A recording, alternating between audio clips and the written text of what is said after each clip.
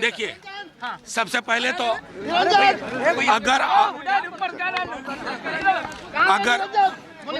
अगर आपके बीच ही इतनी अव्यवस्था होगी तो मैं कैसे अपनी बात रख सकता हूँ? बोलिए सर। देखिए, बैठक बहुत सकारात्मक हुई, अलग अलग पहलुओं पे चर्चा हुई। हमारे पूरे विधानमंडल दल की बैठक थी। राष्ट्रीय अध्यक्ष लालू प्रसाद जी भी थे, डिप्टी सीएम साहब थे, प्रदेश अध्यक्ष जी थे, राष्ट्रीय प्रधान महासचिव थे और एक एक विधायक और विधान पार्षद। बैठक में समकालीन राजनीति में जो चल रहा है हर मुद्दे पे चर्चा हुई, चाहे राष्ट्रीय मुद्दे हो या राज्य के मुद्दे हो। उसके बाद चर्चा के पश्चात हर पहलू पे गंभीरता पूर्वक विश्लेषण के बाद राष्ट्रीय अध्यक्ष हमारे लालू प्रसाद जी को सब लोगों ने हाथ उठाकर अधिकृत किया। आज कल जो भी निर्णय आप संदर्भ में होगा उसके लिए उन्हें अधिकृत किया गया। हम सब जो आपके समक्ष दिख रहे हैं सारे नहीं, जो हमारी बैठक में चर्चा नहीं हुई, आप अगर खुद ही सवाल लेके जेब में आए हुए हैं तो मैं तो आपके सवाल का जवाब देने के लिए बाध्य नहीं हूँ। बैठक में सीधे तौर पे हमारे राष्ट्रीय अध्यक्ष को अधिकृत किया गया है और राष्ट्र तमाम विकल्प जो देश और दुनिया में है उसके संदर्भ में शुक्रिया बहुत बहुत।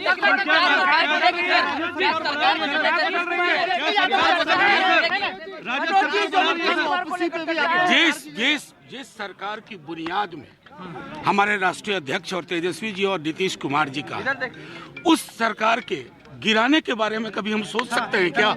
इस सरकार ने रोजगार दिए हैं, अस्पतालों की काया पलट कर दी है। उस सरकार को अपने सृजन किए हुए बच्चे की हत्या हम नहीं कर सकते। जेडीयू ने कहा है अगर आपको कन्फ्यूजन है, जेडीयू ने कहा है डूबेगी सरकार। आप अगर विधायकों ने एकजुट स्वर में कहा कि आप माननीय राष्ट्रीय अध्यक्ष जी जो निर्णय लेना चाहते हैं ले लें।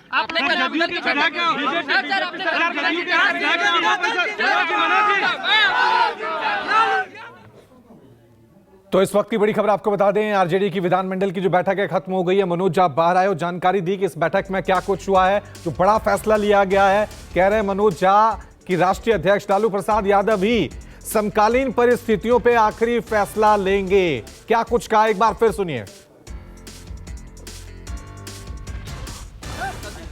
क्या कहेंगे सर? क्या बैठक में क्या निकल के आया सर?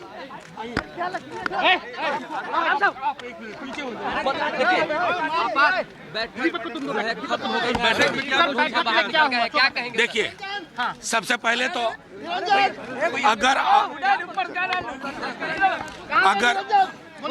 अगर आपके बीच ही इतनी अव्यवस्था होगी तो मैं कैसे अपनी बात रख सकता हूँ? बोलिए सर। देखिए, बैठक बहुत सकारात्मक हुई, अलग अलग पहलुओं पे चर्चा हुई। हमारे पूरे विधानमंडल दल की बैठक थी। राष्ट्रीय अध्यक्ष लालू प्रसाद जी भी थे, डिप्टी सीएम साहब थे, प्रदेश अध्यक्ष जी थे, राष्ट्रीय प्रधान महासचिव थे और एक एक विधायक और विधान पार्षद। बैठक में समकालीन राजनीति में जो चल रहा है हर मुद्दे पे चर्चा हुई, चाहे राष्ट्रीय मुद्दे हो या राज्य के मुद्दे हो। उसके बाद चर्चा के पश्चात हर पहलू पे गंभीरता पूर्वक विश्लेषण के बाद राष्ट्रीय अध्यक्ष हमारे लालू प्रसाद जी को सब लोगों ने हाथ उठाकर अधिकृत किया। आज कल जो भी निर्णय आप संदर्भ में होगा उसके लिए उन्हें अधिकृत किया गया। हम सब जो आपके समक्ष दिख रहे हैं सारे नहीं, जो हमारी बैठक में चर्चा नहीं हुई, आप अगर खुद ही सवाल लेके जेब में आए हुए हैं तो मैं तो आपके सवाल का जवाब देने के लिए बाध्य नहीं हूँ। बैठक में सीधे तौर पे हमारे राष्ट्रीय अध्यक्ष को अधिकृत किया गया है और राष्ट्र तमाम विकल्प जो देश और दुनिया में है उसके संदर्भ में शुक्रिया बहुत बहुत। तो मनोज झा को आप सुन रहे थे, आपने सुना किस तरह से इस बैठक में क्या कुछ फैसले लिए गए हैं, उसको लेकर मनोज झा ने पूरी जानकारी दी है। जो बड़ी बड़ा फैसला इस बैठक में लिया गया है कि लालू प्रसाद यादव ही आखिरी फैसला लेंगे। क्या समर्थन वापस लेंगे, इसको साफ तौर से मनोज झा ने कह दिया कि हम समर्थन नहीं लेंगे। ये सरकार ने रोजगार दिए हैं, सरकार ने अस्पतालों की काया पलटी है, इसलिए हम समर्थन वापस नहीं लेंगे। लेकिन जो भी आखिरी फैसला होगा वो लालू यादव ही फैसला लेंगे। सभी विधायक, एमएलसी, सभी बड़े नेता इस बैठक में शामिल थे। सबकी निगाहें इस बैठक पे टिकी हुई थी, क्योंकि अभी जो बिहार की सियासत में परिस्थितियां बनी हुई हैं उससे साफ तौर से संकेत मिल रहे हैं कि आरजेडी और जेडीयू की राहें जुदा हो गई हैं। अब पहल कौन करेगा? कहा यह जा रहा था कि क्या आरजेडी, क्योंकि अब परिस्थितियां साफ हो गई हैं कि नीतीश कुमार कभी भी एनडीए के साथ मिलकर जा सकते हैं, तो क्या आरजेडी समर्थन वापस ले लेगी? आरजेडी की तरफ से यह मैसेज क्लियर कर दिया गया है कि भाई हम तो सरकार को नहीं तोड़ेंगे, हम तो समर्थन वापस नहीं लेंगे, और जो भी आखिरी फैसला है इस पूरी परिस्थितियों को लेकर उसको वो लालू प्रसाद यादव ही लेंगे। अब देखना यह है कि नीतीश कुमार अपना फैसला कब लेते हैं, यानी नीतीश कुमार इस्तीफा देंगे ताकि नीतीश कुमार को जवाब देना होगा कि उन्होंने आरजेडी के साथ गठबंधन तोड़ा तो आखिरकार क्यों तोड़ा। तो आज दिन भर बैठकों का सिलसिला जो है वो बिहार की सियासत में देखने को मिल रहा है। सबकी निगाहें सबसे ज्यादा टिकी हुई थी आरजेडी की विधानमंडल की इस बैठक पर कि इस बैठक के बाद आरजेडी का कोई बड़ा फैसला ले सकती है। जिस तरह की संभावनाएं और संकेत मिल रहे हैं कि अब नीतीश कुमार एनडीए के साथ मिलकर सरकार बनाने जा रहे हैं, तो उससे पहले ही क्या आरजेडी समर्थन वापस ले लेगी या नीतीश कुमार पर निशाना साधेगी? तो अभी तक आरजेडी बड़ा संभल कर चल रही है, ये इस बैठक से निकल कर आया है। और जो दो बड़ी बातें हैं, पहला, हम सरकार से समर्थन वापस नहीं लेंगे, हम गठबंधन नहीं तोड़ेंगे, हम इस सरकार को नहीं गिराएंगे। यह एक बड़ा फैसला, एक मैसेज देने की कोशिश आरजेडी की तरफ से की गई है। दूसरा कि अगर कोई भी बड़ा फैसला लेना है तो वो बड़ा फैसला लालू यादव ही लेंगे। आखिरी फैसला लालू यादव पर ही छोड़ दिया गया है। दूसरी तरफ अन्य दलों की बैठकें भी चल रही हैं, निगाहें टिकी हुई हैं मुख्यमंत्री नीतीश कुमार पर, क्योंकि अब कहा जा रहा है कि स्क्रिप्ट फाइनल है, इंतजार है उस स्क्रिप्ट का पर्दे पे नजर आने का, ऐलान होने का। कब नीतीश कुमार इस्तीफा देते हैं और दोबारा एनडीए का दामन थामकर सरकार बना लेते हैं। और इस बीच यह भी नजरें थी कि इस बार क्योंकि लालू प्रसाद यादव बिहार की सियासत में पूरी तरह से एक्टिव नजर आ रहे हैं, तो कोई बड़ा खेला यहां पे हो सकता है आरजेडी की तरफ से। इस बैठक में से जो तेजस्वी यादव कह रहे हैं, आरजेडी की बैठक खत्म होने के बाद तेजस्वी यादव का यह बड़ा बयान, हम गठबंधन के साथ बने हुए हैं, मैंने गठबंधन धर्म निभाया है। तेजस्वी यादव का यह बयान, कह रहे हैं कि हमारे लिए नीतीश आदरणीय थे शब्द यहां यूज कर रहे हैं, यानी कह सकते हैं अब जेडीयू और आरजेडी की राहें पूरी तरह से जुदा हो चुकी है, गठबंधन लगभग टूट चुका है। लेकिन फिर भी यहां पर तेजस्वी यादव कह रहे हैं कि हम गठबंधन के साथ बने हुए हैं। बैठक बहुत सकारात्मक हुई, अलग अलग पहलुओं पे चर्चा हुई। हमारे पूरे विधानमंडल दल की बैठक थी, राष्ट्रीय अध्यक्ष लालू प्रसाद जी भी थे, डिप्टी के हम प्रमुख नेताओं से मेरा अनुरोध था कि वो सब भी उस कार्यक्रम में शामिल हो, जिससे कि प्रधानमंत्री जी के आने के कारण चंपारण की जनता इतनी उत्साहित है कि 2 लाख से ज्यादा की ऐतिहासिक भीड़ बेतिया में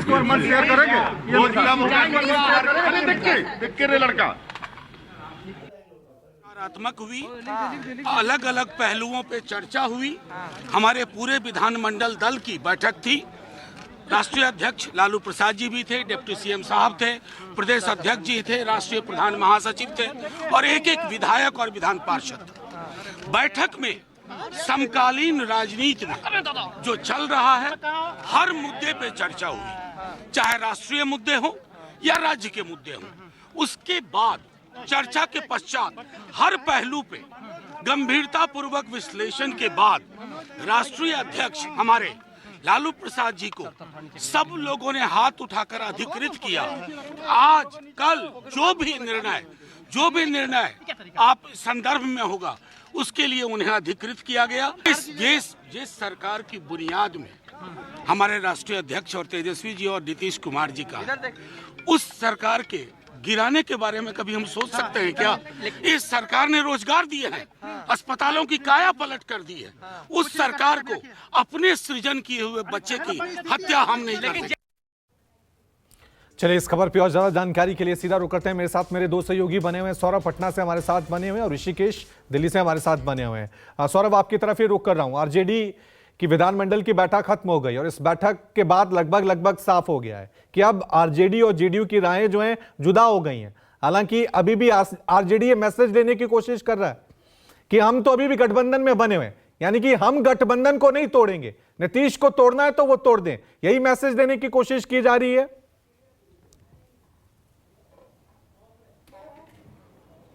जी बिल्कुल रवि, सबसे बड़ी बात है कि आज पहले यह संभावना जताई जा रही थी या खबरें आ रही थी कि हो सकता है आरजेडी विधायक दल की बैठक के बाद जो सभी आरजेडी के विधायक हैं उनकी परेड राजभवन की तरफ कराई जाएगी। लेकिन सबसे बड़ी बात है, हालांकि जब बैठक चल रही थी उस समय कुछ विधायकों ने यह भी सलाह दिया था कि हमें अपना समर्थन जो है वह महागठबंधन सरकार से यानी नीतीश सरकार से वापस ले लेना चाहिए। लेकिन वहां पर बैठक में राजा सुप्रीमो लालू यादव खुद मौजूद थे, उन्होंने सभी बातों को खारिज कर दिया। उन्होंने कहा कि पहले हम यह देखेंगे कि नीतीश कुमार का अगला कदम क्या होगा, यानी जब तक नीतीश कुमार इस्तीफा नहीं देंगे तब तक बिहार में महागठबंधन की सरकार है और वो बिहार के मुख्यमंत्री हैं। यानी जब नीतीश कुमार इस्तीफा देंगे उसके बाद ही आरजेडी के विधायकों का या फिर आरजेडी का एक्शन जो है वह शुरू होगा। यह अब बिल्कुल स्पष्ट हो गया है क्योंकि विधायक दल की जो बैठक है वह खत्म हो चुकी है।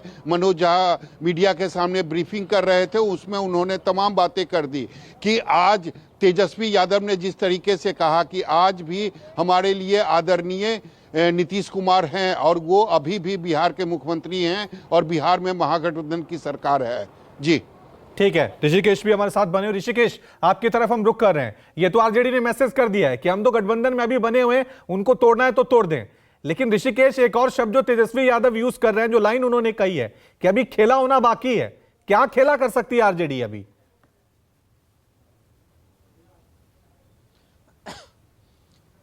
देखिए रवि, जो जानकारी मिल रही है, पहले जो कहा जा रहा था कि कांग्रेस के 13 विधायक का फोन ऑफ है, वो दूसरे दलों के संपर्क में है, तो मैं जानकारी दे दूं कि पूर्णिया में अब तक 14 से 15 कांग्रेस के एमएलए पहुंच गए हैं, 3 से 4 एमएलए भी रास्ते में हैं और जो 19 संख्या वो लगभग पूरा हो जाएगा। वो एक भी कांग्रेस का विधायक किसी के संपर्क में नहीं है। नंबर 2, जिस खेला की बात की ओर आप इशारा कर रहे हैं, दूसरा जो हमारे सूत्र जानकारी दे रहे हैं कि खुद कांग्रेस की तरफ से कोशिश की जा रही है जीतन राम मांझी पर डोरे डालने की। इसीलिए जब आज आरजेडी की बैठक में कुछ विधायकों ने लालू यादव के सामने कहा कि हमें तत्काल प्रभाव से नीतीश कुमार की सरकार से समर्थन वापस ले लेना चाहिए, राज्यपाल को मिलकर अपने समर्थन वापसी की चिट्ठी सौंप देनी चाहिए, इस पे लालू प्रसाद यादव तैयार नहीं हुए और वो मांग को खारिज कर दिया गया। अभी से थोड़ी देर पहले जब चिराग पासवान अमित शाह से मिलकर आए तो अनौपचारिक बातचीत कर रहे थे, जिसमें हमने पूछा उनसे कि क्या इस बात की में सच्चाई है कि अगर नीतीश कुमार के आने के बाद एलजेपी के अपने 2019 के फॉर्मूले में अगर कुछ उन्हें कोताही बरतती है या उन्हें कॉम्प्रोमाइज़ करना पड़ा तो उनके पास विकल्प क्या है, क्या आरजेडी की तरफ से 12 लोकसभा सीटों का ऑफर आपको दिया गया है। इस पर उन्होंने कहा कि राजनीति में दुश्मन का दुश्मन दोस्त होता है और ये जग जाहिर है कि नीतीश कुमार और एलजेपी के बीच में कैसे राजनीतिक रिश्ते हैं। तो जीतन राम मांझी को अभी भी कोशिश की जा रही है एक तरफ से, और आरजेडी के सूत्र बता रहे हैं उसके मुताबिक किसी भी सूरत में अगर कल दोबारा नीतीश कुमार शपथ लेते हैं तब भी उन्हें फ्लोर टेस्ट का सामना करना पड़ेगा, बहुमत हासिल करनी पड़ेगी। और 122 का जो जादुई आंकड़ा है उसमें अगर 1 या 2 विधायक भी जेडीयू की तरफ से अब्सेंट हो जाते हैं, जिसकी कोशिश की जा रही है, तो फिर निश्चित तौर पर सर अंदर क्या हुआ बैठक में? इधर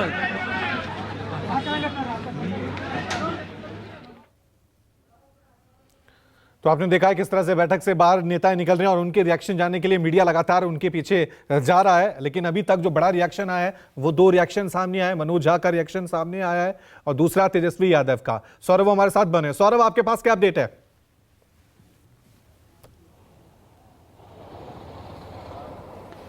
जी बिल्कुल, हम लोग कल ही से बता रहे हैं कि विधायकों की जुटाने की जो जिम्मेदारी है वह खुद लालू प्रसाद यादव ने उठा रखी है। एक एक विधायकों को वो खुद फोन कर रहे हैं। कल उन्होंने जीतन राम मांझी को भी फोन किया था, क्योंकि जीतन राम मांझी के पास 4 विधायक है। तो निश्चित तौर पर अगर नीतीश कुमार महागठबंधन का साथ छोड़ते हैं, आरजेडी के साथ छोड़ते हैं, तो जो विधायकों की संख्या महागठबंधन की होगी वो 114 की होगी। ऐसे में महत्वपूर्ण काफ़ी हैं जीतन राम मांझी। अगर जीतन राम मांझी महागठबंधन के पाले में आ जाते हैं तो विधायकों की संख्या 118 हो जाएगी। एक अगर निर्दलीय जो विधायक है सुमित सिंह, अगर उनको जोड़ दिया जाए और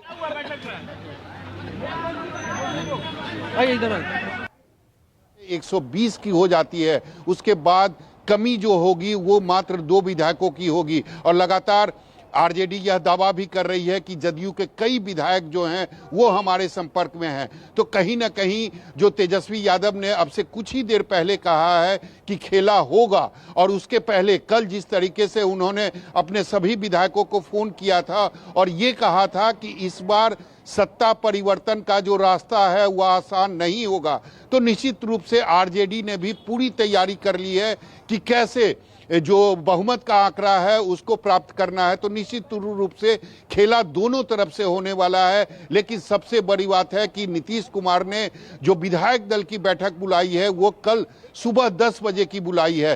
तो ये माना जा रहा है कि नीतीश कुमार आज इस्तीफा नहीं देंगे, लेकिन कल जो विधायक दल की बैठक शुरू होगी और उसके करीब 1-1.5 घंटे के बाद यानी 11 साढ़े 11 बजे नीतीश कुमार विधायक दल की बैठक के बाद सीधा राजभवन जाएंगे, वहां इस्तीफा देंगे। और आज जो 4 बजे बीजेपी की विधायक दल की बैठक होने वाली है, तो ऐसी संभावना जताई जा रही है या ऐसी हमारे पास खबर आ रही है कि जब विधायक दल की बैठक बीजेपी की खत्म हो जाएगी, उसके बाद देर रात बीजेपी के कुछ नेता नीतीश कुमार से मिलने मुख्यमंत्री आवास आएंगे और बीजेपी के नेताओं के हाथ में बीजेपी के विधायकों का समर्थन पत्र होगा जो कि मुख्यमंत्री को दिया जाएगा। तो निश्चित रूप से ये सारी घटनाएं जो है वह अगले 12 घंटे में हो जाएगी और ऐसी उम्मीद जताई जा रही है कि कल शाम ही नीतीश कुमार का 9वीं बार इस जो शपथ ग्रहण है वह भी हो जाएगा। ठीक है, ऋषिकेश हमारे साथ बने। ऋषिकेश, तो ये पूरा माने कि ये पूरा खेल जो है मैसेजिंग को लेकर अब हो रहा था, ये तो तय हो गया था कि नीतीश कुमार बीजेपी में जाने वाले हैं, लेकिन हो सकता है नीतीश कुमार ये इंतजार कर रहे थे कि पहले आरजेडी ही समर्थन वापस ले ले ताकि हम जनता में मैसेज करें। भाई उन्होंने समर्थन वापस लिया, हमें जबरदस्ती उसके साथ जाना पड़ा। अब यहां पर पहले आपका खेल जो है वो आरजेडी ने खत्म कर दिया है, मैसेज क्लियर है, आपको जाना है तो जाइए, हम तो बने हुए गठबंधन में।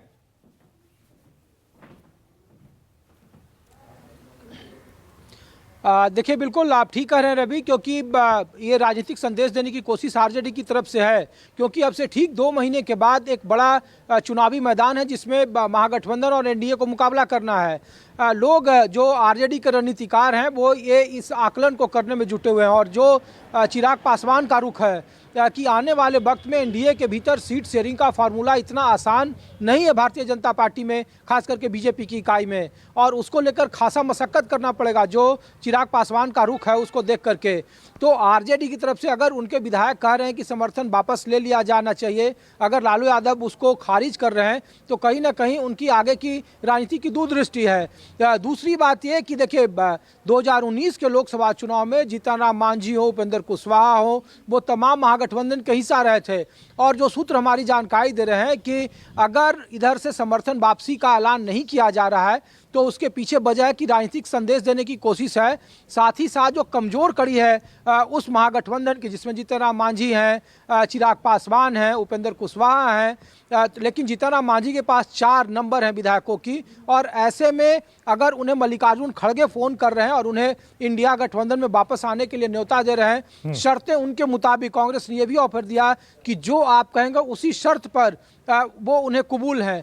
तो कोशिश की जा रही है ये। अच्छा, दूसरी बात कि आरजेडी का जो सबसे प्लस पॉइंट है अभी कि आरजेडी का स्पीकर विधानसभा का बिहार में अवध बिहारी चौधरी हैं, जो आरजेडी कोटे से हैं। तो जब फ्लोर टेस्ट होगा, जब दोबारा विधानसभा का जो दूसरा सत्र बुलाया जाएगा, विशेष सत्र जिसमें बहुमत साबित करना होगा नीतीश कुमार का, तो उसमें वक्त है अभी 4 से 5 दिनों में। अगर कल सत्ता का हस्तांतरण या फिर दोबारा नीतीश कुमार दोबारा अपना शपथ लेते हैं, तब जिसकी गुंजाइश बताई जा रही है कि कल शाम 4 बजे के आसपास ये दोबारा ले सकते हैं शपथ, और कल उसकी पृष्ठभूमि तैयार हो जाएगी जब जेडीयू की 10 बजे से बैठक शुरू हो जाएगी। उसके बाद नीतीश कुमार इस्तीफा देंगे।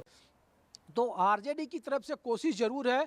120 का आंकड़ा इनको इंक्लूडिंग मांझी के साथ लेकर मिल रहा है। 79 आरजेडी के कोटे में है, 16 लेफ्ट की हैं। कुल मिलाकर 114 सीटें बन रही है। एक निर्दलीय हैं सुमित सिंह, जो अभी नीतीश सरकार के साथ मंत्री हैं, 115। 4 अगर ये आ जाते हैं तो 119 120 का संख्या अभी भी आरजेडी अपने तरफ जोड़ रहा है। तो काफ़ी नज़दीक मुकाबला है। और ऐसे में अगर जनता दल यूनाइटेड के कुछ नाराज विधायक इस फ्लोर टेस्ट से अब्सेंट हो जाते हैं तो निश्चित तौर पर फिर वहाँ एक अलग तरीके का राजनीतिक माहौल हो सकता है। ये जेडीयू के जो रणनीतिकार हैं, जो आरजेडी के रणनीतिकार हैं, वो कोशिश कर रहे हैं इस बात को लेकर के। अब इसमें चूंकि बात अभी तक नहीं बन पाई है, चिराग पासवान मना कर चुके हैं, जीतन राम मांझी मना कर चुके हैं, तो ये देखना होगा कि फिर इस परिस्थिति में उनके पास सिवाय एक रास्ता बचता है कि राजनीतिक संदेश वो जाए कि नीतीश कुमार फिर उन्हें छोड़कर वापस चले गए हैं और इसका पूरा राजनीतिक लाभ लोकसभा के चुनाव में लिया जा सके। ठीक है सौरभ, तो जिस तरह से हम चर्चा कर रहे हैं उसमें यह लग रहा है कि अभी तो हमें इस पॉलिटिकल ड्रामा जो चल रहा है उसकी धुरी में, उसके केंद्र में नीतीश कुमार नजर आ रहे हैं। लेकिन अगर जीतन राम मांझी यहां पे साहस दिखाते हैं और पाला बदलते हैं तो बड़ा खेल वहां पे हो सकता है। और कोशिश यही है आरजेडी की, हम सरकार बनाए ना बनाए, लेकिन हम एटलीस्ट इस बार नीतीश कुमार को फ्लोर टेस्ट पे ले जाएं। तो ये तैयारी है आरजेडी की कि कम से कम फ्लोर टेस्ट तक तो हम इस बार नीतीश कुमार को ले जाएं। इतनी आसानी से सरकार नहीं बनाने देंगे। सौरभ,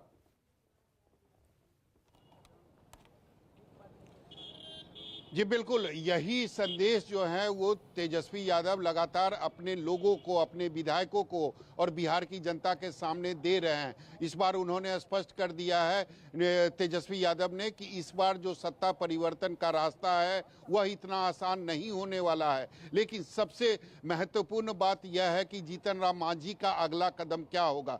जीतन राम मांझी इस वक्त कितने ज़्यादा इम्पोर्टेंट है ये सभी को पता है, चाहे बीजेपी की बात करें या फिर आरजेडी की बात करें। दोनों राजनीतिक दल को यह पता है कि इस वक्त जीतन राम मांझी का महत्व कितना ज़्यादा है। 2 दिन पहले नित्यानंद राय जीतन राम मांझी से मिलकर गए थे और आज जब किसी अंदेशे की बात जब सामने आ रही थी तो तुरंत प्रदेश अध्यक्ष सम्राट चौधरी जीतन राम मांझी के पास पहुंच गए। आधे घंटे तक बंद कमरे में दोनों नेताओं की बात हुई और लगातार बीजेपी या कहें तो सम्राट चौधरी जीतन राम मांझी को यह समझाने की कोशिश कर रहे हैं कि वहां जाने से आपको कोई फायदा नहीं होगा, उससे ज़्यादा फायदा हमारे साथ रहने में होगा। अगर नीतीश कुमार हमारे साथ आते भी हैं तो आपको नुकसान नहीं होगा। तो इस बात का भी जीतन राम मांझी को बीजेपी के तरफ से लगातार भरोसा दिया जा रहा है कि आप यही रहे, आपको जो चाहिए सभी मिलेगा और नीतीश कुमार जब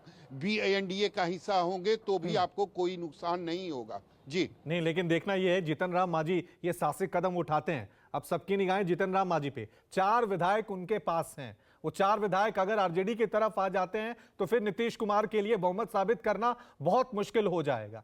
बात फ्लोर टेस्ट तक आ जाएगी। क्या यह संभव है? क्या आरजेडी इतना आगे तक इस राजनीतिक लड़ाई को ले जाने में सक्षम होगी? ये देखने वाली बात होगी। ऋषिकेश, आपकी तरफ मैं रुक कर रहा हूं। अब ये तो हो गया, 2 पक्ष हैं इसमें। अब तस्वीर ये तो हो गया है कि साफ हो गई है। एक तरफ आरजेडी है, एक तरफ अब जेडीयू और बीजेपी है।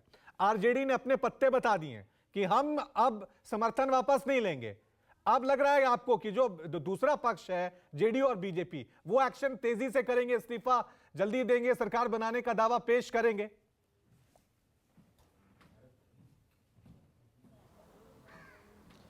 रवि, देखिए, जो मेरे सूत्र अभी जानकारी दे रहे हैं कांग्रेस से जुड़े हुए, उसके मुताबिक अब इस लड़ाई में कांग्रेस भी कोशिश कर रही है आरजेडी के साथ बैकडोर से। और जो खबर है उसके मुताबिक राहुल गांधी ने जीतन राम मांझी को फ़ोन किया है, फ़ोन पे बात हुई है और उसमें उन्हें मुख्यमंत्री बनाने का ऑफर दिया गया है। दलित मुख्यमंत्री आरजेडी की तरफ से कोशिश की जा रही है। क्योंकि कांग्रेस जानती है, आरजेडी जानती है कि नैसर्गिक तौर पर जीतन राम मांझी की जो राजनीति है वो नीतीश कुमार के खिलाफत वाली राजनीति रही है। हाल के दिनों में देखिए कि विधान परिषद के भीतर, विधानसभा के भीतर किस तरीके से जीतन राम मांझी को लेकर नीतीश कुमार ने तल्ख टिप्पणी की थी और इसको लेकर वो काफ़ी आहत हुए थे। दिल्ली के जंतर मंतर पर वो धरने पर बैठे थे और बीजेपी से शिकायत की थी इसको लेकर। अब चूंकि ये बात बहुत पुरानी नहीं है, इसीलिए जो कमज़ोर करी एनडीए में अभी हैं फिलहाल वो जीतन राम मांझी हैं और इसीलिए अब कांग्रेस की तरफ से ही कोशिश है। इसीलिए आनन फानन में भूपेश बघेल को, छत्तीसगढ़ के पूर्व मुख्यमंत्री को पर्यवेक्षक बनाया गया। वो जो कांग्रेस के विधायक के लुप्त होने की बात कर रहे थे, टूट होने की बात कर रहे थे, वो सभी पूर्णिया पहुंच गए हैं। 19 में से 15 विधायक वहां पहुंच गए हैं, 4 विधायक रास्ते में और विधायक दल की बैठक होगी जो आज होनी थी वो टाल दी गई है। देर शाम में लोग सभी विधायक बैठेंगे। भूपेश बघेल लगातार उनको ये जिम्मेदारी दी गई है कि आप पटना पहुंचे और जीतन राम मांझी से बात करें, उनसे मुलाकात करें। तो ऐसा नहीं है कि एक खेल बिल्कुल एक तरफा है जो पिछली बार जैसे 2 बार सत्ता का हस्तांतरण हुआ और नीतीश कुमार ने 2 बार राजनीति में गुगली मारी है। इस बार की राजनीतिक गुगली में नीतीश कुमार खुद भी फंसते हुए नजर आ रहे हैं। हाँ। इसीलिए ये जितना देर होगा, जितना लेट लतीफ होगा, उतना ही ये मामला और बढ़ेगा और चीज़ें और उलझेंगी। इसीलिए अब आरजेडी के साथ कांग्रेस के जो रणनीतिकार हैं, मैनेजर हैं, क्राइसिस मैनेजमेंट हैं, वो अब कोशिश, इसीलिए राहुल गांधी के स्तर तक जीतन राम मांझी से बात की जा रही है। और अगर मुख्यमंत्री पद का ऑफर जीतन राम मांझी मान लेते हैं तो फिर रवि कहना मुश्किल होगा कि अगले 24 घंटे में वही मैं कह रहा हूं सारा खेल जो है अब जीतन राम मांझी यानी विपक्ष की जो पूरी राजनीति है वो जीतन राम मांझी पे टिक गई है। सौरभ, जिस तरह से ऋषिकेश कह रहे हैं कि कांग्रेस भी अब इस लड़ाई में शामिल हो गई है और जीतन राम मांझी को कह दिया गया है कोई भी शर्त, अगर आपको मुख्यमंत्री बनना है तो हम आपको मुख्यमंत्री बनाएंगे, तैयार होंगे इसके लिए। वही कह रहा हूं, इतना बड़ा साहसिक कदम, बीजेपी से पंगा लेंगे, नीतीश कुमार से पंगा ले सकते हैं जीतन राम मांझी।